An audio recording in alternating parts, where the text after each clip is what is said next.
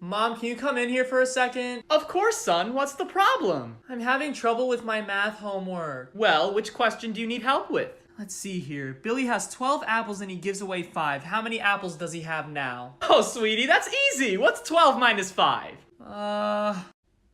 Simon, we've been at this for an hour. How have you not gotten it yet, Simon? For the love of God, use your brain. What is 12 minus 5?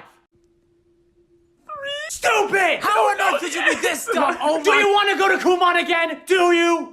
This is not rocket science, Simon. I am only going to ask you one last time. What is 12 minus 5? Good job, sweetie. You did it. Oh my goodness.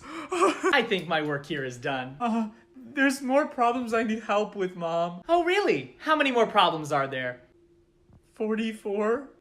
Get over here! Mom, how are you this stupid?